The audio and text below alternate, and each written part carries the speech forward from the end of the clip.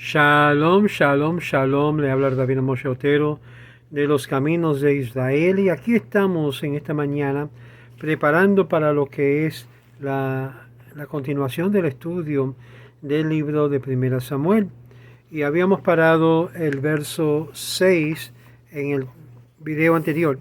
Y queremos continuar porque es muy importante que sigamos lo que es la historia y lo que realmente sucedió en el capítulo 12, que es donde estamos aguantando de 1 Samuel.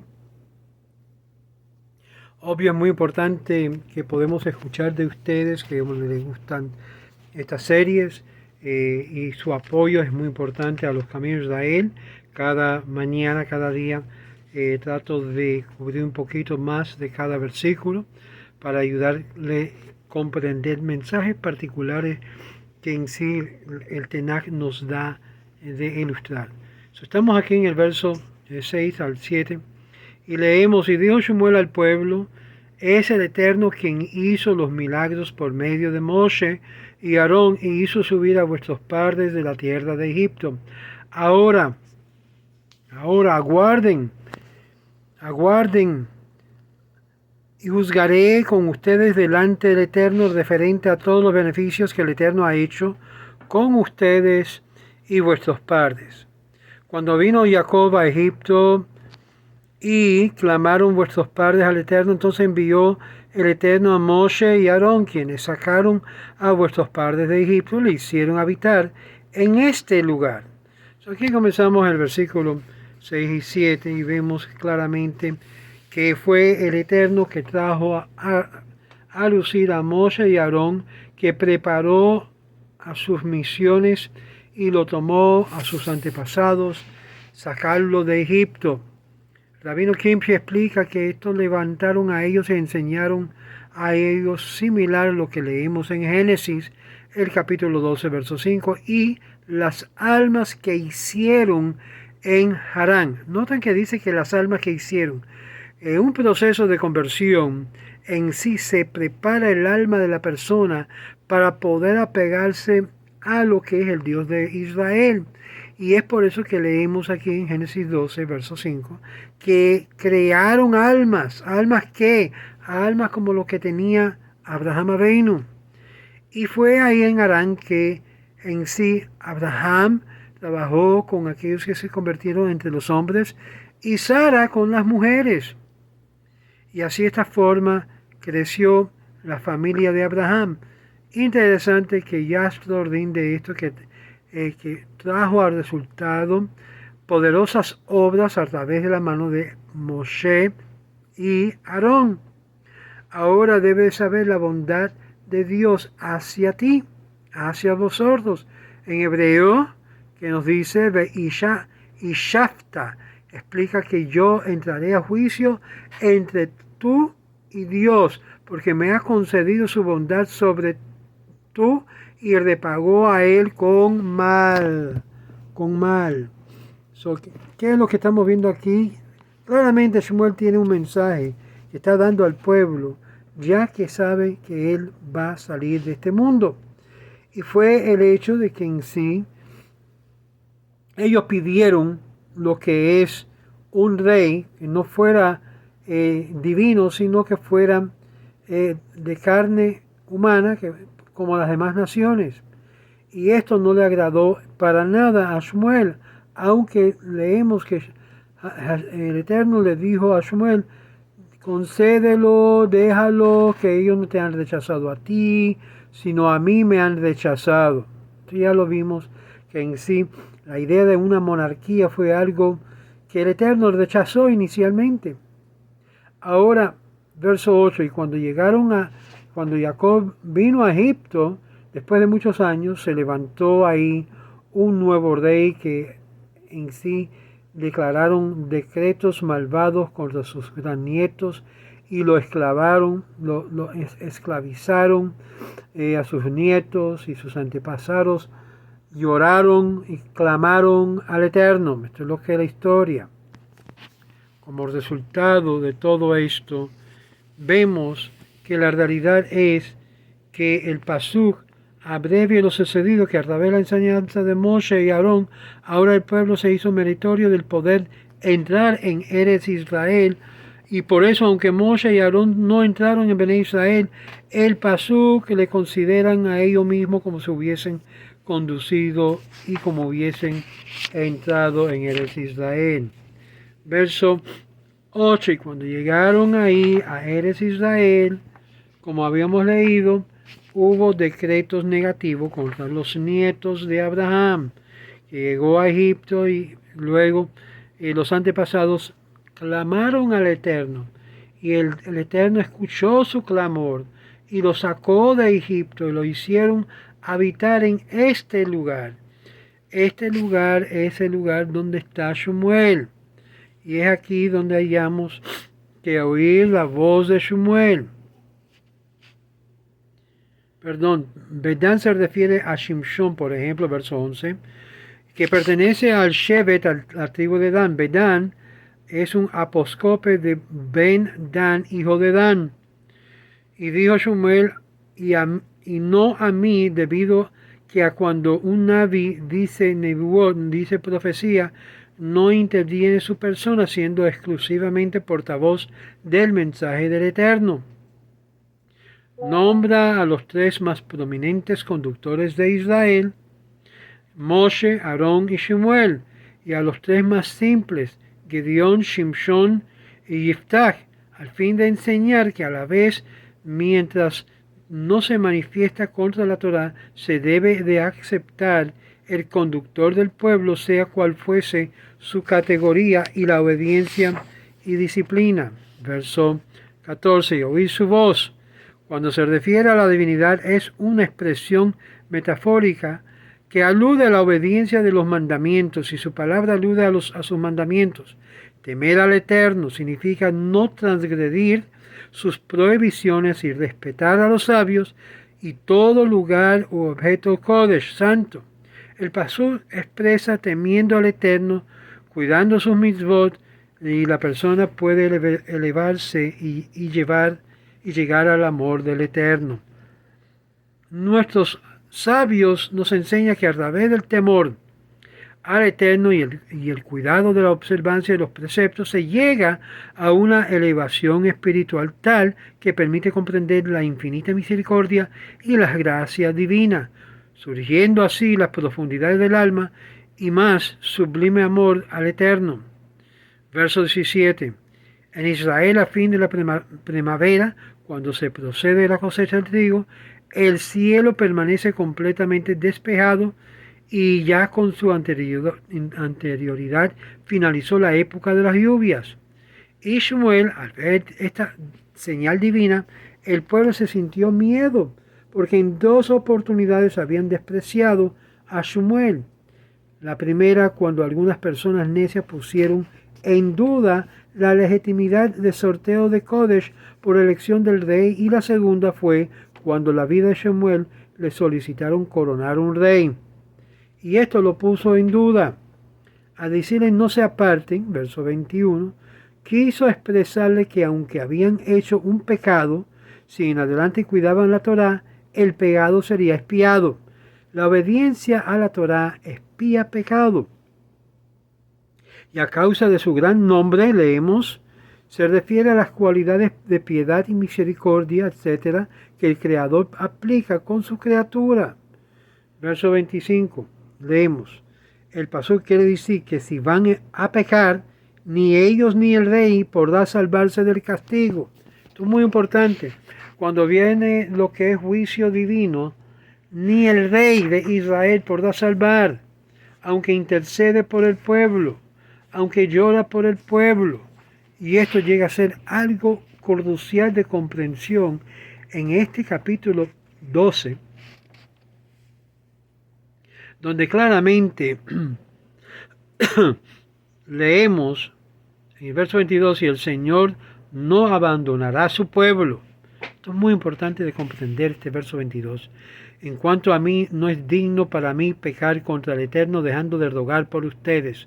Este es el servicio de cualquier ungido de Dios, sea profeta o sea rey, de estar intercediendo por el bienestar por el pueblo. Solo teman al Eterno y sírvanle de verdad con todo vuestro corazón. Noten que dice todo vuestro corazón, pues deben considerar que con grandeza procedió con ustedes. Mas si harán el mal, tanto ustedes como vuestro rey perecerán. Claramente aquí claramente el rey no tiene excepción. El Mashiach tampoco, porque recuérdense que el rey Saúl era ungido rey y era el Mashiach del pueblo de Israel, aclamado por el pueblo de Israel.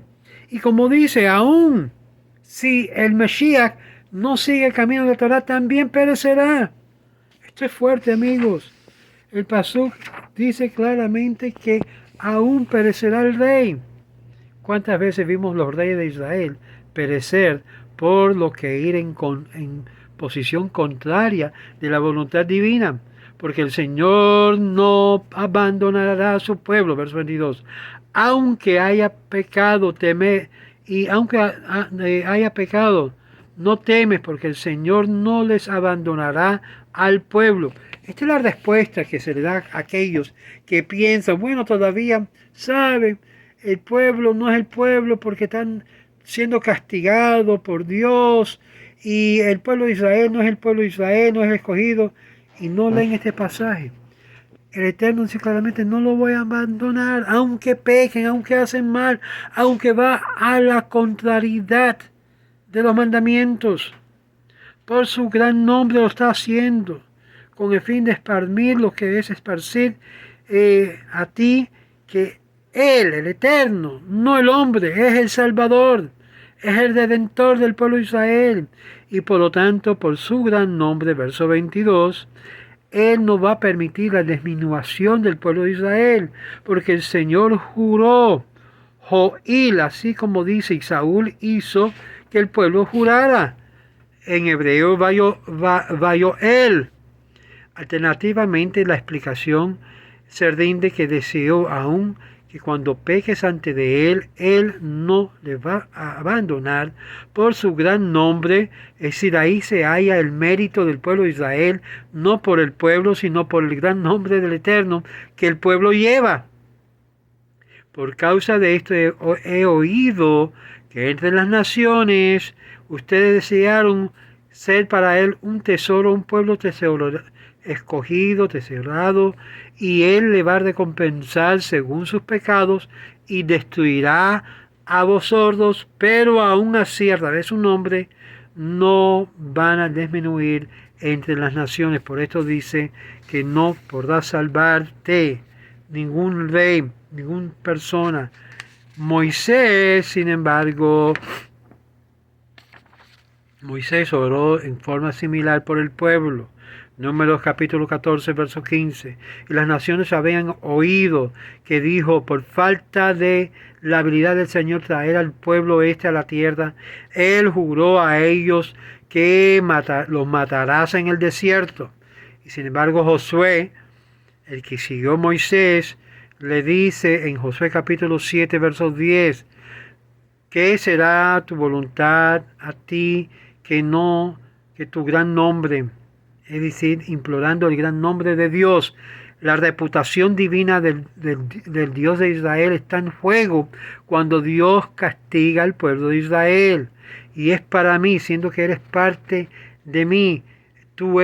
Yo soy parte de ti y tú para mí, para regresar a lo que es al Señor desde mí, para parar orando por ti.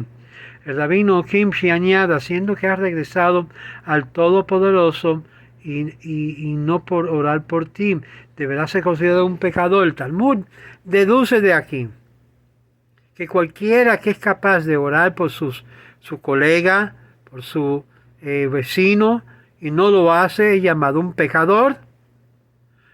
Igual en Berajot 12b nos dice también que aquellos quienes pecaron en contra de ti es llamado un pecador. También explica que el Todopoderoso, el Omnipresente, te perdonará tus pecados, así como perdonarás el pecado contra mí. Es bueno y apropiado este camino de perdonar y serás perdonado. Esto incluye ambos los mandamientos entre el hombre y Dios y entre el hombre y el hombre. Deuteronomio 12, verso 28. ¿Qué es la voluntad para hacer lo bueno y apropiado ante los ojos de vuestro Señor Dios?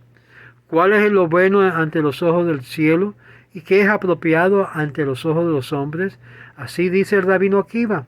Rabino Ismael dijo, ¿cuál es apropiado en los ojos de los cielos? Será lo que es bueno en los ojos de los hombres. Dios denota absoluta e intrínseca bondad. Esto se refiere a los mandamientos entre el hombre y Dios, cuando a través de esto vemos que son no necesariamente entendidos por el hombre, ni el intelecto del hombre, son conocidos ser buenos, siendo que son decretos del Todopoderoso. Apropiado denota que se entiende que es a través del intelecto humano de ser recto y justo. Esto se refiere a los mandamientos entre el hombre y el hombre, quien puede comprender a los humanos.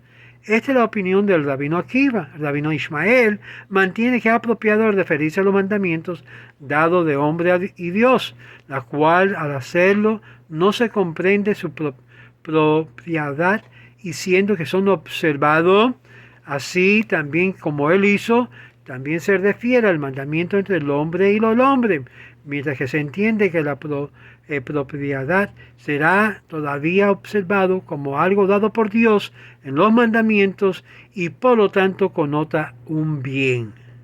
Este pasaje también puede incluir ciertas leyes talmúdicas que es derivado del capítulo 6, verso 18, y así será lo bueno y lo apropiado ante los ojos del Eterno, en la cual es de poca consecuencia ninguna persona no sea que es importante el uno al otro y tiene que conceder que esa persona, aunque ha fallado, tiene también la misma habilidad de llamar a los cielos para tener merced. En el campo es tomado el pago del creditador para su deuda y tiene que regresarlo a cualquier tiempo a su deudor, y así que se redime la deuda. De otra forma, el creditador se considera de gran valor en el campo cuando el campo es apropiadamente de él y no le permite ser redimido. Otro ejemplo de esto es el famoso ley de Bar Metzra, la derecha que está a la frontera del vecino, en la cual el campo está por venta, pero la primera opción es dado al que está al lado de la frontera del vecino, con el fin de comprar su campo para que pueda entonces preparar el campo de ambos campos. Y no es así de otra forma de comprarlo sin su consentimiento. Y aquí vamos a terminar porque decidimos que solamente el Señor hemos de temer. Verso 24. Solo el Eterno hemos de temer, nadie más. Nadie más que el Eterno debemos de temer. Y esto es una enseñanza que Shmuel nos da para que podamos comprender la grandeza del Eterno en todo este medio. Solo Eterno nuestro Dios debemos de temer. Verso 24. Como dice, entonces la oración ayudará cuando hay temor del Señor. Cuando no hay temor del Señor, todas las oraciones no es eficaz. Cualquier cosa la cual trata contigo, así la grande bondad de perdonar vuestro pecado y el pecado de su prójimo, también sugiere el trueno de milagros que puede llover, se refiere esto aquí. Esto es un recordatorio al Todopoderoso que es consciente de tus obras y tus malas obras por igual, y mereces ser castigado, pero tú serás, por lo tanto, temerás al Señor. Cuando temes al Señor, ese es el primer paso de lo que es la sabiduría.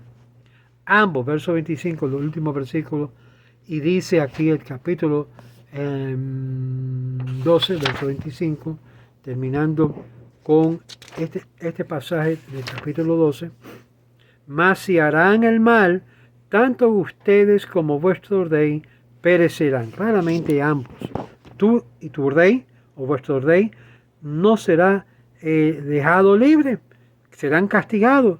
Y aquí hallamos que la oración mía ni de tu rey va a prevalecer si están en contra de mi voluntad y hacen lo opuesto de lo que yo le mando.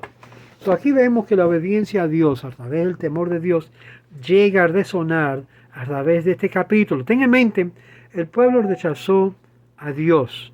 Y esto fue un gran error del pueblo. Aunque Dios lo permitió, muchas veces Dios permite que cometamos errores, que es de verdad un mal para el pueblo. Sin embargo, lo permite para enseñarnos que todavía aún así pueden continuar adelante, mientras que hay temor de Dios, que hay lo que es el compromiso de guardar los mandamientos y hacer su voluntad. Por lo tanto, recuérdase, nadie está exento de guardar la Torah de Dios, nadie. Y cuando hablamos de esto, hay que poseer temor de Dios, temor del cielo. Esta es la razón que nosotros usamos aquí para recordarnos que tenemos un jefe principal sobre todos nosotros, que es nuestro Dios. Tenemos conciencia que Él está sobre encima de nosotros y es el último que está vigilando, no el último, el primero que está mirando todo lo que estamos haciendo por detrás y por delante de otras personas. Por eso, Lashon Hara, ten cuidado, Dios está presente. Hablando mal del prójimo, ten cuidado, que Dios está presente. Mirando nuestra actitud, que tenemos que estar constantemente a la expectativa de corregirnos, hay que estar presente, siempre teniendo en cuenta, Dios está aquí, está viéndote. ¿Cómo actuarías si de repente sabrías que Dios está ahí mismo y te está viendo cómo estás comportando y no te está comportando bien? Piénsalo bien. Le habla el Rabino Moshe Otero, deseándole a usted y su familia un Shabbat Shalom, y continuaremos en esta serie sobre el profeta Shmuel y el primer libro de Shmuel, terminando ya el capítulo 12.